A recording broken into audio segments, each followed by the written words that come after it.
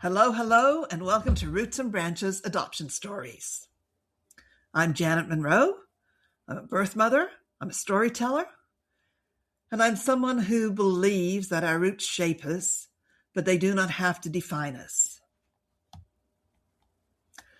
Today's episode is not an easy listen. It's not a comfortable story. It is not wrapped in a neat bow. It is a story about what happens when the very people who are supposed to protect a child become the source of fear.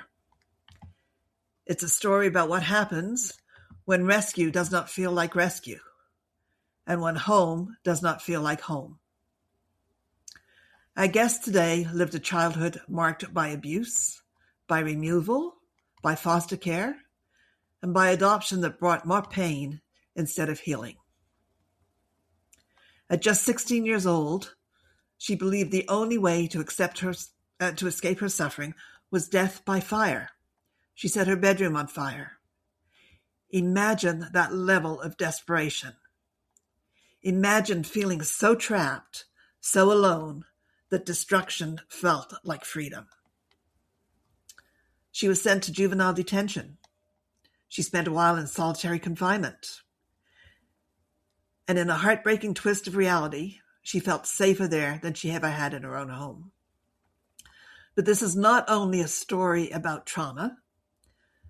This is a story about survival, about courage, about a young woman who refused to let her past write the ending of her life. Today she is educated, she is respected, she has been invited to sit at decision-making tables, working with leaders and policymakers to improve the very system that once failed her.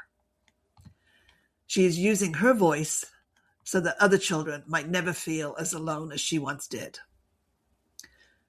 This is the bad, this is the ugly, and this is also the good. Please join me as we listen with open hearts to the powerful story of Sam Moore. Sam, I am so grateful that you're here today and that you chose this medium to tell your story. Welcome. Yeah, thank you. And just thank you so much for actually making the time in the space. It's really interesting actually now having people willing to listen to the story that I have to tell. And so I'm just very grateful to just be able to have that opportunity. My full name is Aida Samantha Moore. I go by Sam just because most people just struggle with the phonetics of my first name. I am from the state of Idaho, and I actually operate a business called Elevate Empire Social Enterprises, and it was really just born from the passions and shortcomings that I experienced while I was going through the system. So yeah, thank you so much. So tell us about your earliest memories of your family before you went into foster care.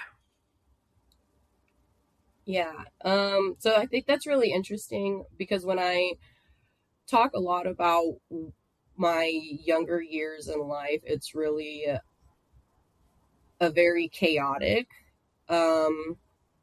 jumbled mess, recognizing that here forward is a trauma warning. But growing up, my father was not a good man. He was actually somebody who came from Mexico. I was told he did not come legally. And then when he married my mom, he got his paperwork and stuff in order. And so it was a situation where he preyed on the fact that my mom was a single mom with 2 kids. And a lot of people think that when predators target a family or they target a person, that they're evil or cruel straight from the bat. But it's oftentimes a very calculated, coordinated deception of what love looks like. And at first it could look like this person, truly they seem to value you. Maybe they help you with bills, or they seem to be very respectable within the community because they're a business owner, or they come from families that have substantial businesses and stuff like that. And so it took a few years for the abusive dynamics to really kick in, from it being like the beginning of like the domestic violence cycle of control, and then taking away privileges, financial control, hitting, yelling, screaming, those kinds of things. And so a lot of what I remember is really chaotic, because it's one in the frame of like a 4-year-old, 3 4 year olds who can't really understand and cognitively like process all of the things that are going on within the context of what's going on. And so it really shapes how you perceive just dynamics of like how moms and dads should treat each other, how siblings should be. And so it was really an abusive environment. There were times where I actually remember my dad dragging my mom while she was pregnant. And so for me, like when I think about being a younger kid, it's not necessarily the same happy memories. Like I have happy memories of being that young. And it's really weird because even though my father was a terrible human being who did terrible, terrible things, I think I remember positive memories, but it's really hard to put it in the context of who I am now as an almost 30-year-old woman. You said that you were about 4 when you first went into foster care, and that was, you have an older brother, older sister, and then yourself and 2 younger brothers? Yeah, so at the time I had one younger brother, and then the youngest brother in my family was like he wasn't born yet. My mom was pregnant with him when we had entered care into the first time. So it was just the 4 of us. And with that, this is the story that I was told based off of like just other people who have either claimed to be there, or different caseworkers who called and claimed they verified the story with different state agencies. But that I don't really know what had happened and what had set my dad off, but that he had gotten really upset with my older sister, and he was drowning her in our bathtub. And my older brother, it was around Christmas time, and my older brother tried to get him off of her, and he couldn't. He was like 12, 13, maybe 15, something like that. And he did the only thing really he could do at that point, was grab me and my younger brother and run to our neighbors and pound on the door and hope that the police could come in time, and that my sister would not be dead by the time that they had found, like by the time that they were able to arrive. So I don't really know a lot of what happened in between that.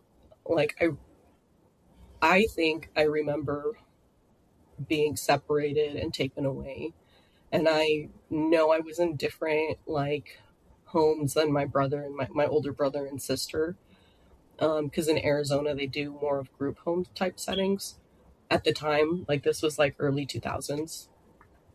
And so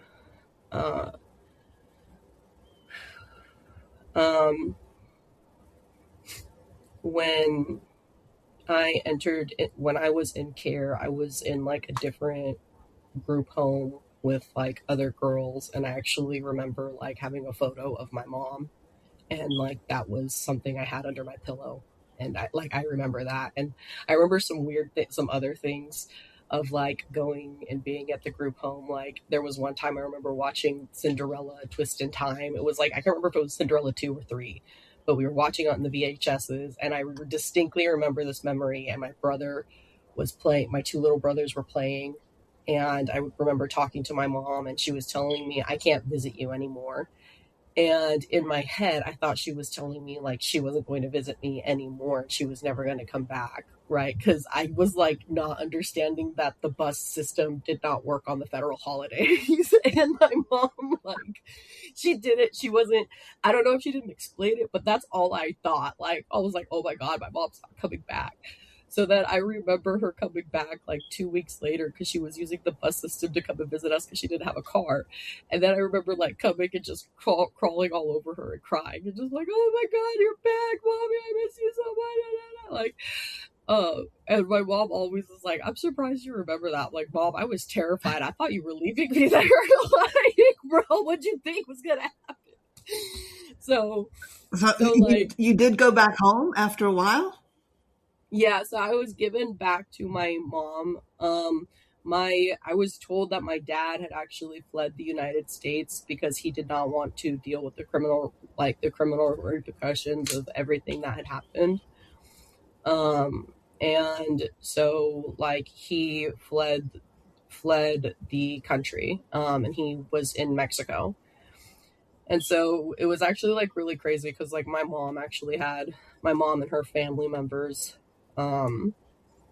like had no idea about any of the things that had, like, they knew about a portion of the abuse. They did not know about like the sexual abuse and how like my dad would threaten my siblings or threaten like my older siblings and my mom with like, if you tell anybody, if you do anything, if you ever try and run away or get away from me, like I will kill me and my younger brothers, right? And they will never find their bodies and they'll be lost somewhere in the desert. And so it like I said, it was a very different growing up experience. And so like there was a lot of years in between when like we had actually learned about the full level of like the trauma that happened. And that's very normal actually in dynamics where there's extreme dysfunction, extreme trauma, because it takes a long time to process guilt. It takes a long time to process shame. It takes a long time to feel safe after that level of victimization. So you went back home, your whole family was reunited except for your dad, and Yeah. you were able to stay at home for quite some time before you went into foster care again, or kinship care, as you said, to an aunt. So what happened to create that situation? Yeah, so my mom actually fled the state of Texas and we moved to Idaho because she was really scared that my dad would find us. And so we lived here for about 10 years. And so when I went into foster care, um, it was a, an issue that happened with me and my mom. And like, again, to put this into perspective, because like, it's not really a conversation of good and bad. It's a conversation of, do they have the tools? Do they have the skills they need to know to be able to teach their kids the things they need to do to function as an adult? And so, like, again, my mom tried the best she could with what she knew. Was it the best? Like, in terms of overall, like, what it taught me? Not really, because the dynamics were very dysfunctional. But we had gotten into a verbal argument at school, and it came to to our house. So I think I missed the bus is what it was. And my mom was yelling at me over the phone, and I told her to screw herself, go screw you, and hung up. And then I got home, and me and my mom were just yelling and getting into a fight and everything like that. We're yelling and arguing, and then I can't remember what happened, but she hit me, and then she kept hitting me, and it was just like at one point in time she was over me, and um it's terrible to say this out loud because I love my mom and I don't want people to be like, you really did that to your kid? That's totally messed up. But I ended up having bruising on my neck from where she had choked me, and my nose was bleeding from where she had hit me. And It's very hard for me to bruise. I'd like to just point that out. So the fact that any of those things were really like showing was kind of insane. And so I was in foster care for like this really weird period where I went into foster care for about like a month, and then my niece had died from SIDS, and like that kind of really kind of destroyed our entire family in the aspect that like nobody had good coping skills, so people knew what they did, which was like really self-destructive behaviors, which was like drug use, self-harm, you know, drinking, bunch of different things, because again, nobody knows how to. Nope, our parents didn't have good coping skills. My mom didn't have good coping skills, so how could she teach her kids to have good coping skills when they come from a level of trauma that is unprecedented in like just general United States population? Like, to put it into perspective, when I was in prison, I actually met somebody who was a child soldier in a foreign country, and when we would have our group sessions, sometimes we'd talk about things like that and like our trauma, and he would even say, damn dog, that's fucked up, I don't think I've ever experienced that. Like, so it's really, you know, that's a whole different dynamic there. I apologize, I'm just getting over a cold. Yeah, that's okay. That's okay. Don't apologize. So you went to live with an aunt, and that's the aunt whose baby had died? No, so my sister's child had died, my niece. And so the courts had decided, oh, there's this horrible tragedy. It's better to put the kid back in the family because the mom's complying with the safety plan. She's enrolling in counseling and anger management courses, you know, based off of what the kid said and what the mom said. This is really just like poor coping skills, right? My niece then died from SIDS, and they gave me back to my mom, and my mom had developed a drug habit, and I'm not really sure when it really happened, but if she were to have told me that she had been doing drugs on and off our entire childhood, I would not have been surprised. A lot of people don't know this, but like people take certain stimulants like heroin or meth to stay up because they have to work. Like, so if you actually look at a statistical analysis of Idaho's prison system, we incarcerate more single moms for prison or for drugs possession than any other charge per capita. And so if you look at the actual data and story behind it, it's really related to poverty. And so, and I'm not saying like that's a justification or an excuse or anything else like that, but it, like, when you really put it in the context of like, here was a woman who had 5 kids who fell in love with a terrible man who victimized their children, right? Couldn't, and now has like no capacity to have like a good picker, and she's now struggling to raise 5 children in a really messed up economy, right? Going through the 2008 housing recession, everything else like that, you know. So it to put it into context of those things, like as a person growing up from like poverty, like growing up on food stamps, growing up on, like, thank God for Medicaid. I grew up in a time before there was Medicaid and then after there was Medicaid. So it's really crazy to think about stuff like that, like now as an adult. But so I ended up going with my mom, and she lost her job. She couldn't afford where she was living at, and so they had let me live with my aunt, who went through a special process called a kinship process, where she was related by blood. So they put me in a placement with her, contingent on her taking foster care licensing classes and doing the whole process to get vetted by the state.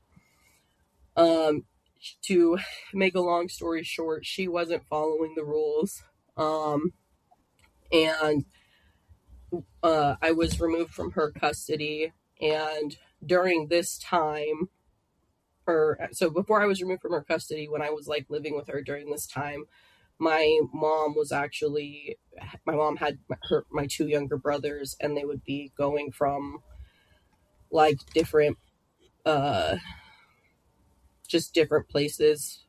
I don't really want to say too much because like there's a difference between my story and where my story intersects with like my siblings' trauma, and it's not okay to be like, bro, why the fuck would you tell that to people on national, like on any kind of context without like my explicit written permission? Like I just don't think that's fair.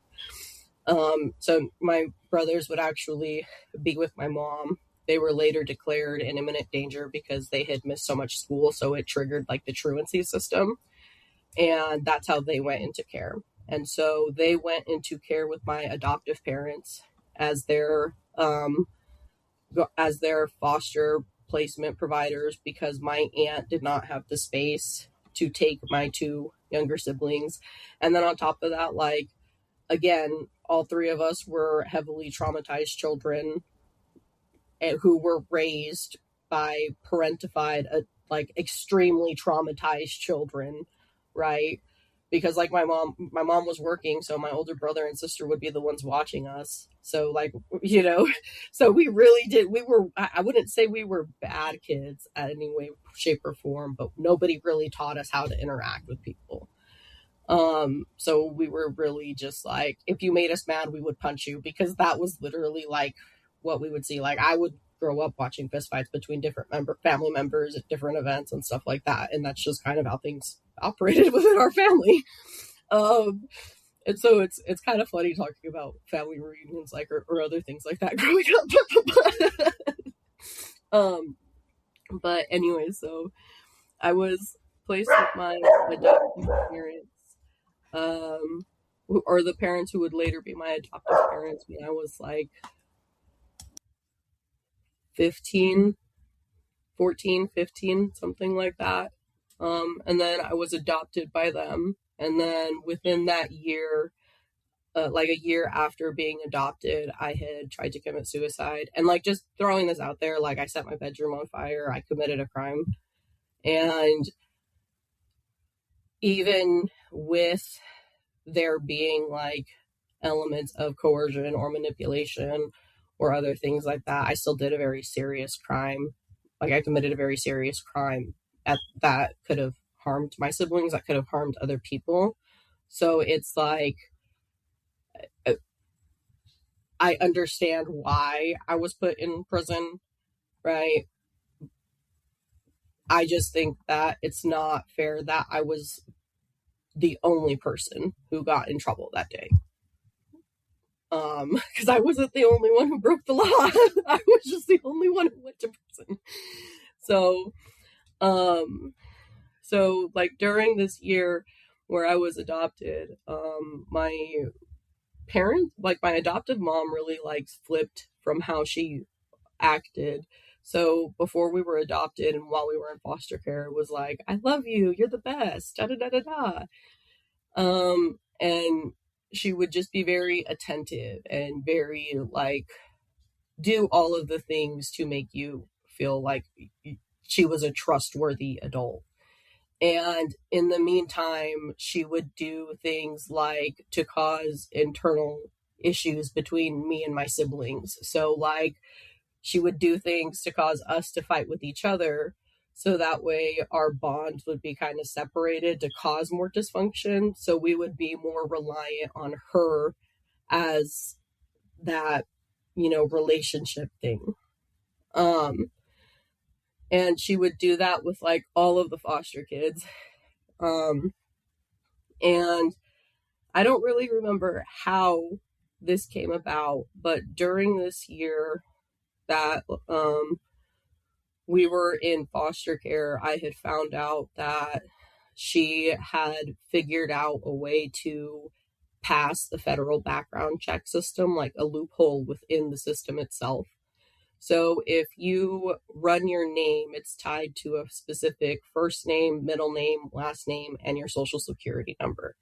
So if it's Jacob John Smith, 1, 2, 3, 4, 5, 6, 7, 8, or what, you know, whatever that is.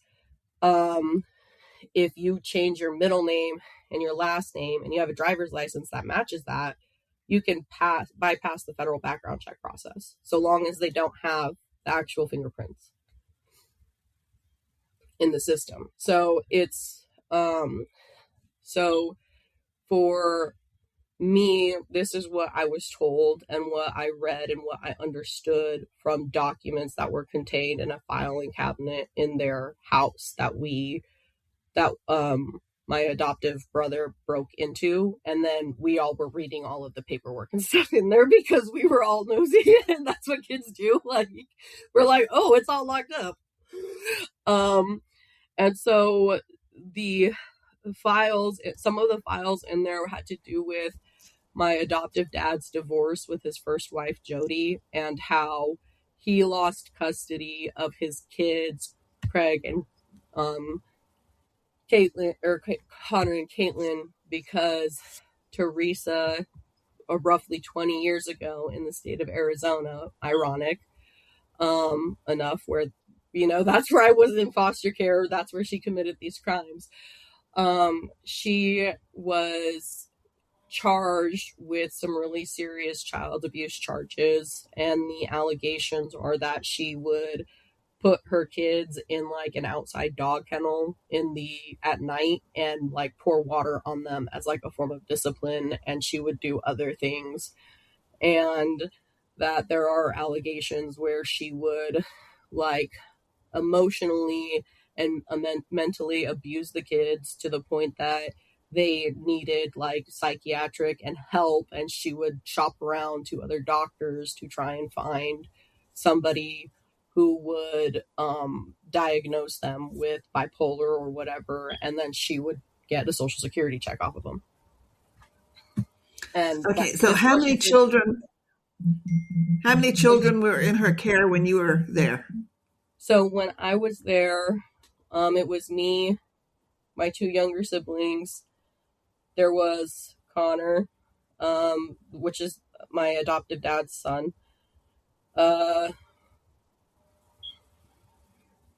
We had a sibling set of 3. So I think there was a total of 9 kids at one point in time. And like, there was actually a point in time where I was sleeping on the couch in the living room, because like I had came home from school after school one day, and my adoptive mom was like, "How much do you love me?" And I'm like, weird question, but I love you if that's what you're asking. What's going on? And she was like, well, there's a sibling set that's going to be split up if we can't find room and accommodation for them. Are you okay with sleeping on the couch so that way they can stay together? And I'm like, hell yeah, like, I don't have a problem. They could stay in my room, like, no problem, because we had bunk bed. We would just need to move another bed in there anyways. I was like, I could just make space. And my adoptive mom was like, yeah, we could just toss everything in like the box, in like this trundle box thing that I won, and like wrap it up really good and put it in the crawl space, like if we need extra space, because I had a crap ton of stuff. And so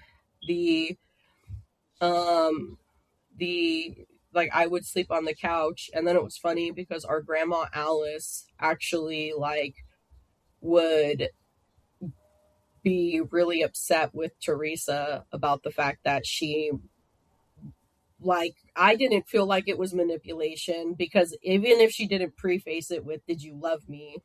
Like, if I knew that there was a sibling set that was going to be split up, I would have said yes, because I know what it feels like to be like the older sibling to 2 little siblings that you now have to take care of, and not knowing if they're okay. And so like they actually got into a really big argument, and my grandma Alice was like, that was very manipulative and that was not okay. Like, you can't say that you're going to give her stability and then ask her to give up her bed for other kids that you didn't take her, like you don't have a legal responsibility to take care of. It's optional to take care of them, kind of thing. And so it was a really crazy dynamic in my adoptive parents' home. And so at one point in time, I don't really remember what had set it off. But I had become really depressed, and I think it was just realizing like I didn't have the vocabulary, the knowledge, the education that I have now to articulate like what is gaslighting, to say what is coercion, what is manipulation, and to clearly outline like all of the elements, all of the actions, right? I'm just the 15-year-old kid who has like zero coping skills, who has the emotional intelligence of a rock, who trusted these people to convince my mom to terminate the rights to her 3 kids because I believed that they were going to take care of us. And so like for me it's just like looking back on all of these things is really just, it's crazy to think about. I'm sorry, I lost my train of thought. What were we just talking about?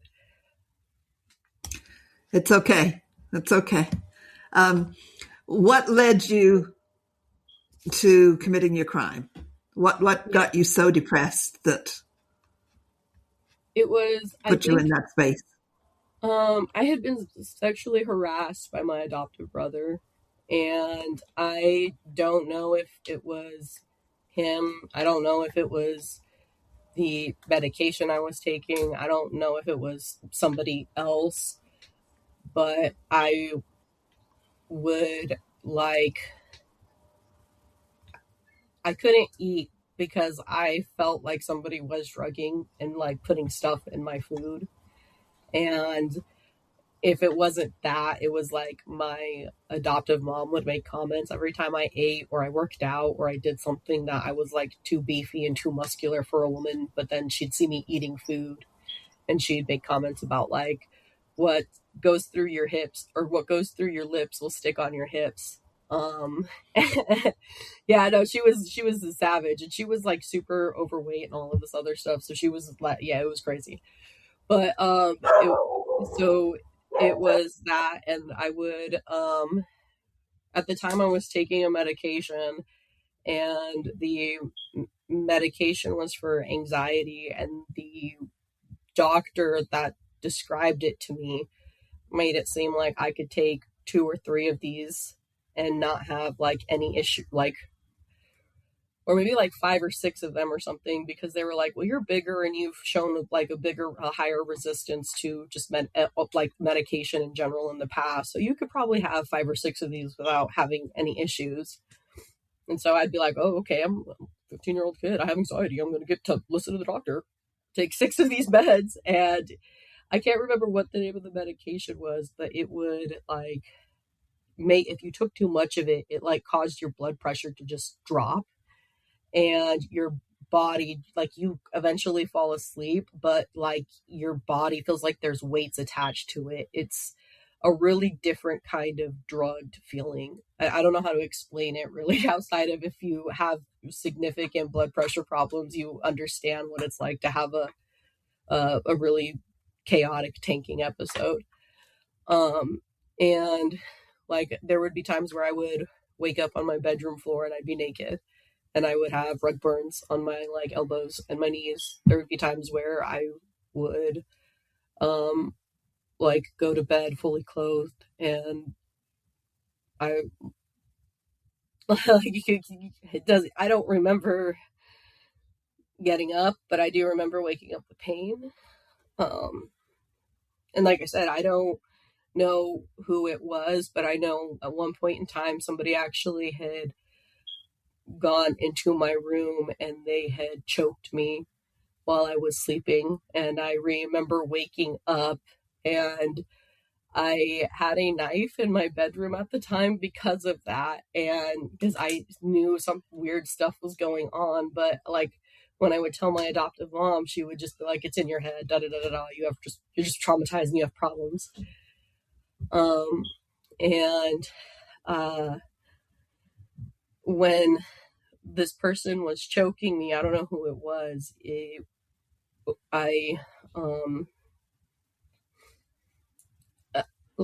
remember putting my hand to the knife and my pillow, and the first thing I thought of was like, I don't know how many people are in the house. I don't know if they're near my brothers or not. I don't know what they're going to do. So maybe it's better if I let them just choke me and let them do what they're going to do. And then maybe my brothers are going to be safe. Like, that was like the only thought in my head, really. And I just remember them choking and like shaking me, and my neck started just popping really insane because I just have a bunch of neck problems in general. And there was laughing, and I swear to God, I heard there being pictures taken, and then they left, and I just had to go back to bed, right? Because I couldn't wake up and pretend like that. You know what I mean? If I followed them, they would know I was up or whatever, and that puts us in immediate safety danger risk because I don't know how long it'll take the cops to respond, right? And so I remember waking up the next day and I had bruises on my neck, and when I had told my adoptive mom about it, she's like, "Oh, you must have just done that in your sleep, you know, sometimes people do things like that." And I didn't, like, to this day I still don't know who did that, but I know that that really did happen. Like, you don't forget an experience like that, the thinking that you're going to die that night, right? And so like I would have other crazy incidents like that, like I'd have like my underwear missing from my drawers. I would have like small dead animals come up in my dresser, like mice and stuff. And like I, for the longest time, I thought it was my adoptive brother, and maybe it wasn't him, but it wouldn't shock me if it was him because he was kind of like, he was deranged, but because he had to live with my adoptive mom for so long, I don't like blame him for being the way that he is. Um, and so it's like I I remember, I don't know what it was. I just, that night when everything was happening, I remember sleeping and waking up, and I decided to, um, no, at the time, actually, I was sexually active and I had gotten a positive pregnancy test. That's what it was. And that's what it had set me off. Um, and I was too scared to tell my adoptive parents, and I didn't know what to do because I didn't want to be like the rest of my family and the people who had gotten pregnant at 16 because it did not end up very well for them. And I just remember waking up from a nightmare, and I don't really remember much of what it is. Sometimes, like when I have nightmares, I can't. It's like cold sweats and fevers. That's like I don't remember what it is. It's just pure fear. Like that's all I can remember. Um, but I woke up and I was like, okay, this is the only thing that I could think of that's going to make everything better, because like my adoptive mom had told us that like there wasn't, like, we didn't have any money, we didn't like there was, because my adoptive dad was really sick, and even now he's still really sick. He's actually like, I think the last update I heard from him was he was needing a double lung transplant. And so he had a lot of medical care, and he was put on disability through work. And I don't know if it was the insurance premiums, I don't know what it was, but when the state took out all of the foster kids, because I had told them how depressed and everything I was, and all of this other stuff, they had,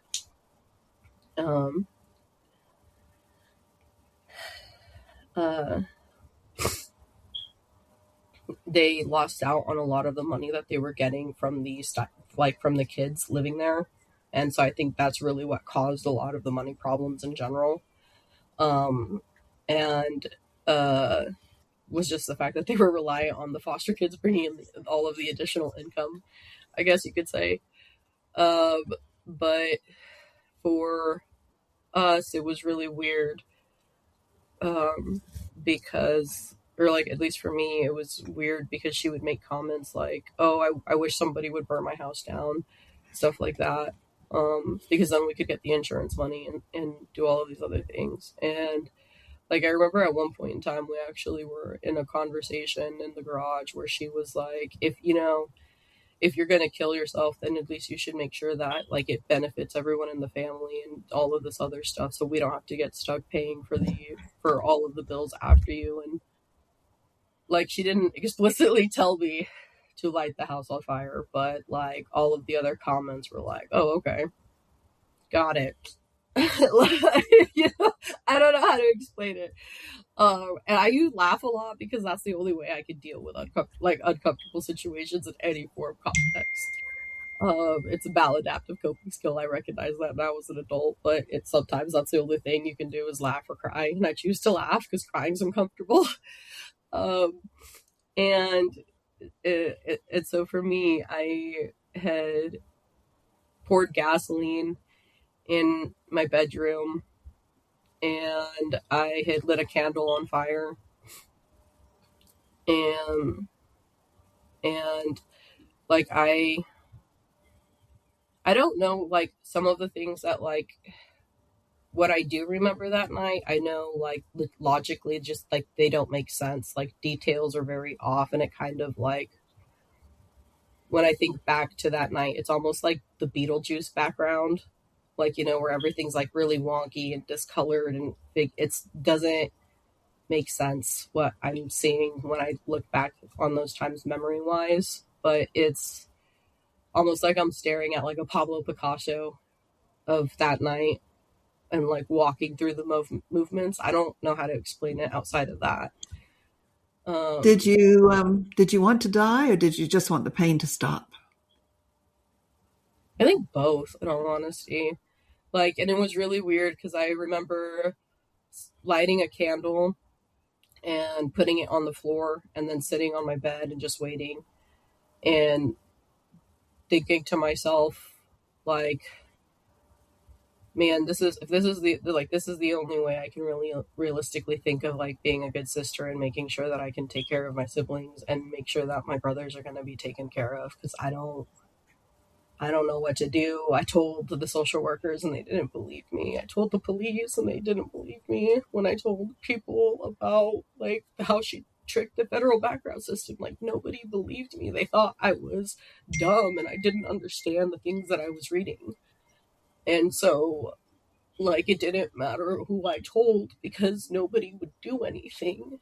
Nobody even tried. Or at least that's what it felt like. And so,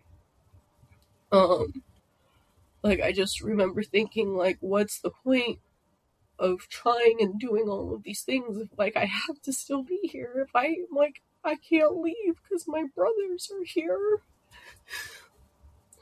And if they lose the house, then where are we gonna go? Because nobody's gonna want us.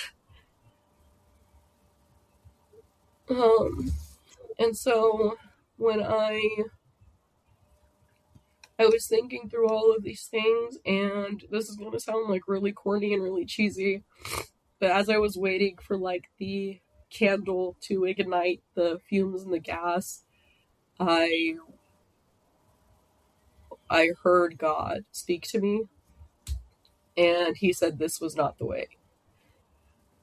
And I don't know how to explain that. I did, like, the voice that I heard, the feeling that I feel, like, every now when I think back to that specific moment, I always feel like this general level of calm, like a level of peace I've never felt in my life.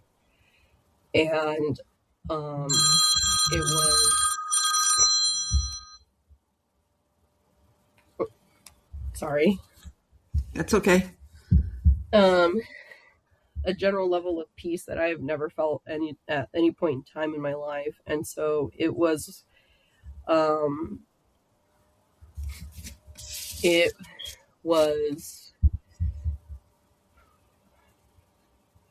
I had all of these, like, things of, like, I can just wait till the school semester starts. If I can wait it out a few more weeks, I can go to school. I can figure this out. I can tell the school, maybe they can help me. And, like, worst case scenario, they put me in Intermountain because they think I was a psychopath. Like, that was what was literally going through my mind at that point in time. And I went to blow down I went to blow out the candle, like I bent over and I blown it out, like, and that action actually ignited the gas fumes in the house. And so like that were in the carpet because the candle wasn't that high up when I had blown on it. So had I lifted up just a little bit higher, or had I decided to spit on it, the fire never would have happened. And so I remember my foot burning because of how I was standing, and then coming out, and um and it was really weird because like my adoptive parents were laughing in the kitchen, laughing in the living room, saying that they know where the other lighter went, da da da da da da da. So they had already, like, they were up. My brother looked like he had just gotten up, and I don't know where my brother was at. Like, I don't remember where they were at. Okay. And they saw the fire in my room, and then they left. And I don't remember how the gas tank got in the living room, but I remember seeing like Teresa grabbing the gas tank when I was leaving the house, because I was the last one, because nobody knew where my youngest brother was at. So I had ran into the house to go through his room to try and find him, because like there was so much smoke we couldn't see anything. So I was like patting and trying to like kick and smack things to make sure like he wasn't in there. And then I crawled out of the window, and I tried going back in, and like I can't remember if it was my adoptive mom was like, if it was on the way all of us were leaving, or if it was on my way to go back in to find my brother Gabe, that I saw her doing that. But I just distinctly remember her grabbing it with her sleeve, like seeing her with the sleeve, and then that was it. One of our dogs had died, and like, being honest, I was hoping to, and this is truly terrible, but like this was just where I was at, because like again, this is what my adoptive mom had kind of like, I don't want to say she put this thought in my head, but just I thought this was what she wanted, and that I thought this was what she wanted me to do. And I thought this would be the right thing to do. I know that sounds super messed up, like within the context, but again, super traumatized kid, like, and the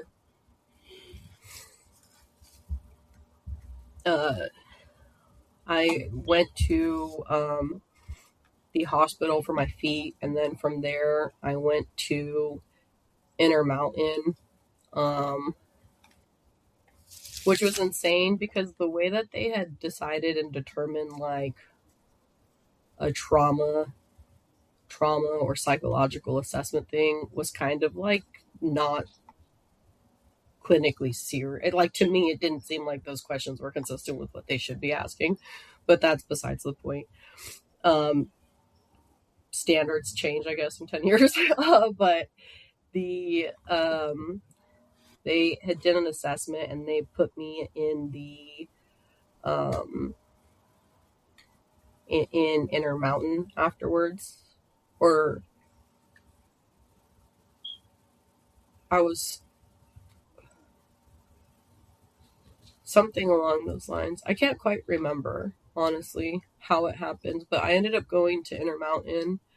And then they put me in State Hospital South, and it was super weird because everybody, the clinicals team, everybody told me that I was going to be released back into foster care, and that I was not going to be in trouble or anything like that. And then all of a sudden, everything changed within like the span of 2 weeks. And then I had to be sat down and explain that I was being charged and that they were charging me for arson. And I was just super confused. So were a lot of the other people, because that's not what we were told initially. So I don't remember, like, I don't know what happened. I don't know if it was my adoptive mom did some, like, pulled a giant stink on it. I don't, like, if it was just her doing her thing. But I assume that if they didn't press criminal charges, she couldn't get insurance out of it. And I think that's kind of what was the driving, like, motivational force, assuming that it was her who did that, right? Assuming. Right. But,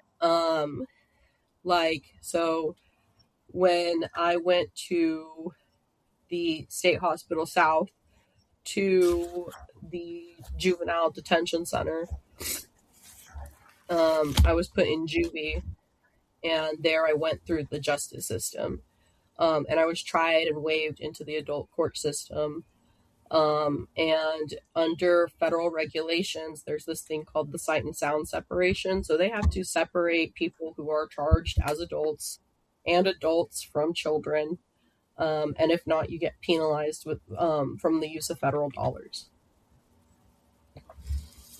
And so I'm pretty sure that was actually the reason why I was put in solitary confinement, but I'm not entirely sure if that was, like, all, again, related to the so when you go into detention, you take a bunch of, like, psychological assessments. We call them the Macy's here. And they tell people how, like, traumatized you are. And depending on how you rank on the scale, they'll put you in these watch rooms where there's a camera 24/7, camera access. There's a sticker so they can't see you on the bathroom, but you're essentially monitored. And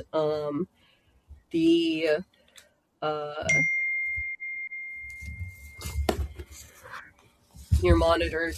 And for me, I'm not sure if it was, like, a combination of my charge, if it was a combination of, like, my family history, because my family's done a lot of not good things, or if it was a combination of like what my adopted mom was saying, in addition to, I don't know what exactly it was. But for me, I was put in solitary confinement for the first 3 to 4-ish months that I was in juvenile detention. To the point that, like, it was a complete, for me, for, like, the majority of the time, I want to say for, like, the first 2-3 months, it was like a complete and total solitary confinement. Like, the only time I was allowed out was when the staff would let me come and pick out books in the general populace room. And that was really about it. I don't really recall other times where I was taken out, unless, like, the staff were taking me out one-on-one to go and do, like, walk around or something like that.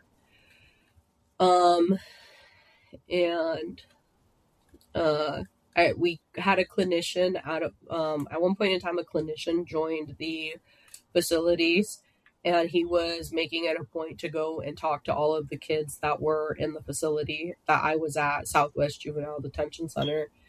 And he said, I was like, wow, this is kind of weird. He's like, what do you mean? I'm like, I don't know why you're taking me out of my room and we're going here. Like, am I in trouble?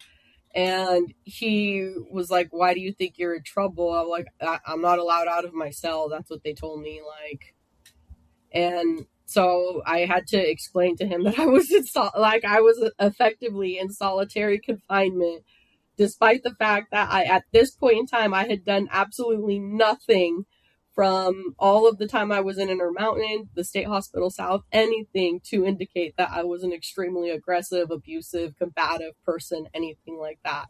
Anybody will tell you I am a joy. Like, I may be sarcastic, I may be a little bit of an ass, but I'm pretty much a joy to be around. And so it was really interesting because I was put in solitary, and he essentially was like, this is illegal. This is, like, really illegal. you're not going to be in solitary anymore like this. Like, we're going to figure something out. Like, I'm not going to let them do this to you. This is not okay. I want you to know that that what you've gone through is not okay. And I don't know what he did. I assume he threatened with an attorney. Because like within the next couple of weeks, I was put on a phase out program where they let me do like different exercises and stuff like that with the other kids, so that way I could actually go to the general population within the detention center. Like, and well, like I wasn't even like, and to put it into perspective, like the cell that I was in was like probably slightly bigger than a like cell the size of like the disability cell, like bathrooms in the like in a Walmart or like an Albertsons, maybe a little bit bigger. But there's a big slab for you to like lay on and stuff like that, and there's like these fake mattresses.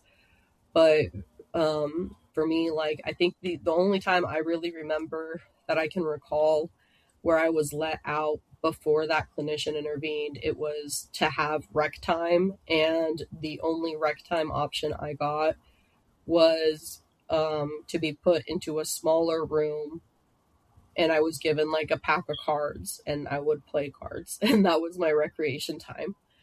And like like I said, if the staff had like the time and the capacity to do one-on-ones, sometimes they'd let me out to go and do other things, but very seldomly would they. I mean, outside all things considered, they were actually really nice people, so I get it. Like, sometimes policy's policy and you don't want to lose your job. Like, especially given like the economy, like I totally get that. But it was really different. And so when I had gone out to general population, I actually like I didn't talk to anyone, I didn't do anything, because like I didn't know what was gonna get me like put back in solitary. So it was kind of very difficult. And then on top of that, like I was also like a really smart kid, but that didn't like translate to any kind of social skills. So like even though I was really funny and I had a lot of friends, I came across as like very condescending and arrogant. And it's not intentional, I promise. It's just how I am as a person, I guess. It was for survival. I don't know. Like sometimes I get it, because sometimes I can be self-aware enough to identify when I'm being a condescending jerk. But other times I'm like, okay.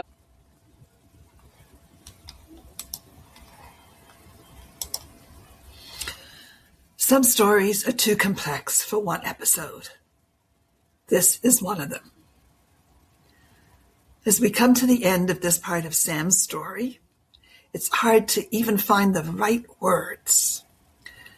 Because what we've heard today is not just one experience. It's years of trauma layered on top of trauma. A childhood shaped by fear, by instability, by moments that no child should ever have to make sense of. We've heard about an abusive father, a mother doing everything she could to hold 5 children together without the tools or support she needed. And a system that stepped in, but didn't always protect in the way it should have. And what becomes so clear is that this is not a simple story. This is not something that can be told in one sitting. And it's not something that should be rushed or shortened just to fit into a time frame. Because every piece matters. Every moment helps us understand not just what Sam went through, but how a young girl could reach a place where she believed there was no way out. And we are not there yet. There is more to this story. There is more that needs to be heard. And there is more that helps us understand the strength it took for Sam to become who she is today. So that rather than rushing past it, we're going to take the time the story deserves. We're going to pause here. And in our next episode, we will continue with Sam as we move deeper into what happened next and how she found a way forward through it all. I'm Janet Munro, and this is Roots and Branches Adoption Stories on KFred Radio. Until next time.